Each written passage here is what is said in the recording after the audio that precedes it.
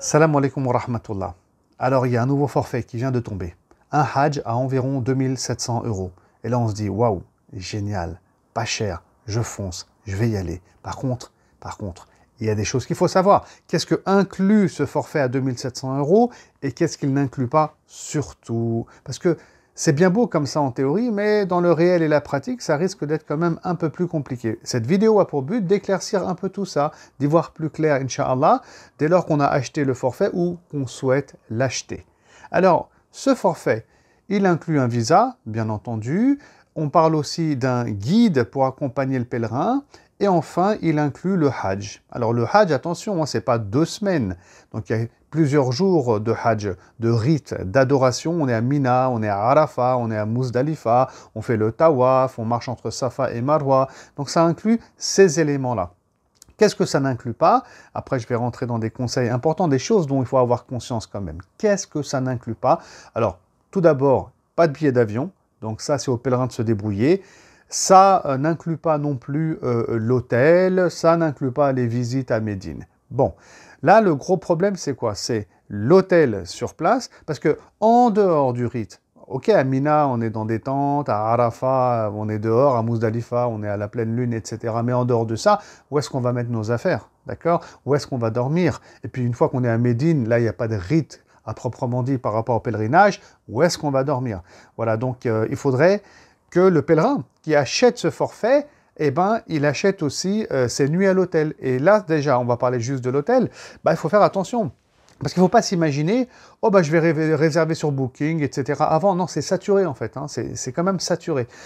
Donc, il n'y aura pas forcément de place, c'est même impossible, je pense, ou presque impossible, autour des mosquées. Il faudra s'écarter des mosquées. En s'écartant des mosquées, il n'y aura pas forcément non plus beaucoup de place, donc il faudra aller quand même assez loin des mosquées, que ce soit à la Mecque et à Médine. Et encore, voilà, c'est pas garanti.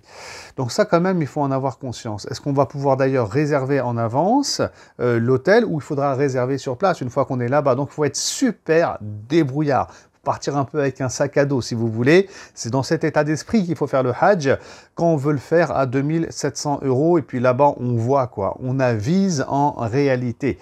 Donc, c'est pas si simple d'avoir un logement pendant la saison du Hajj. Je rappelle que les gens viennent du monde tout entier. Alors, maintenant, si vous avez de la famille, si vous avez des connaissances, des contacts sur place, ils peuvent arranger ça, gérer ça en amont avant, franchement, c'est le top, quoi. Là, la formule, elle devient quand même intéressante.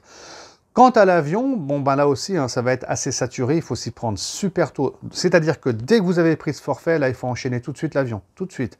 Et après, si vous habitez à Paris, peut-être que c'est saturé, vous allez devoir peut-être aller ailleurs qu'à Paris, ça peut être en Allemagne ou ailleurs pour prendre un avion, un vol qui vous permettra d'arriver à destination.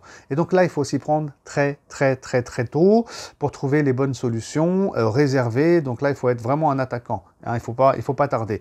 Bon, les visites ensuite, chacun va se débrouiller à Médine. Il y a ma chaîne YouTube, il y a pas mal de vidéos, il y a pas mal d'éléments. Ça peut vous aider, bien entendu. Quant au guide, et on va terminer par le guide.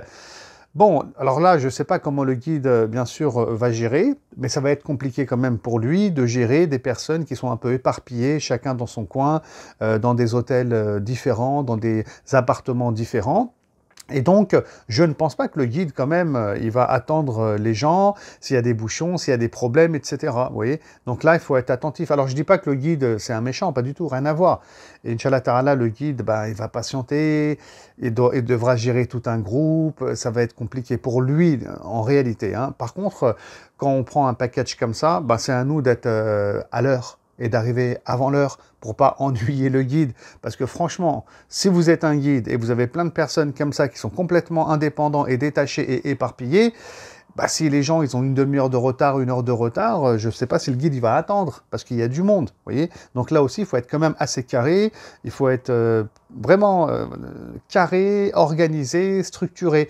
Et donc, si c'est le cas, vous êtes en plus débrouillard et vous avez du réseau, des contacts sur place, franchement, là, on est sur une bonne formule. Par contre, ça ne va pas coûter 2700 € au final, hein, ça c'est sûr. l'hôtel, l'avion, tout ça, les prix qui vont exploser ou qui explosent avec l'avion pour le Hajj, ah là, il faut compter du 5-6 000 euros, ça va chiffrer. En réalité, si on s'y prend maintenant, là, dans les 2-3 jours max à venir, on peut même faire le Hajj à 4 000 euros. On peut prendre les billets d'avion, ils sont pas chers à Milan en Italie. Les aussi hôtels, il y en a qui sont pas chers, il y a encore de la place autour des mosquées, mais voilà, dans 3 jours, il n'y a plus aucune garantie, même peut-être 48 heures. Il faut foncer maintenant. Et donc c'est quand même une illusion de 1 700 euros. Il ne faut pas se faire avoir par cette illusion-là. Vous voyez, donc ça va coûter 6, 7. Après, il faut voyager entre la Mecque et Médine. Bon, ça c'est simple, on peut toujours prendre un taxi, mais ça chiffre. Voilà, ça monte, et ça va très vite. Surtout que là-bas, il y a plein de taxes. Tout est malheureusement, voilà, tous les prix augmentent, c'est une saison du Hajj, c'est normal, ils encaissent aussi. Bon, qu'Allah subhanahu wa ta'ala facilite, on aura peut-être l'occasion de faire une autre vidéo pour parler de ces détails. Bon courage, qu'Allah subhanahu wa ta'ala facilite à tous et à toutes, et à très bientôt. Salam alaikum wa rahmatullah.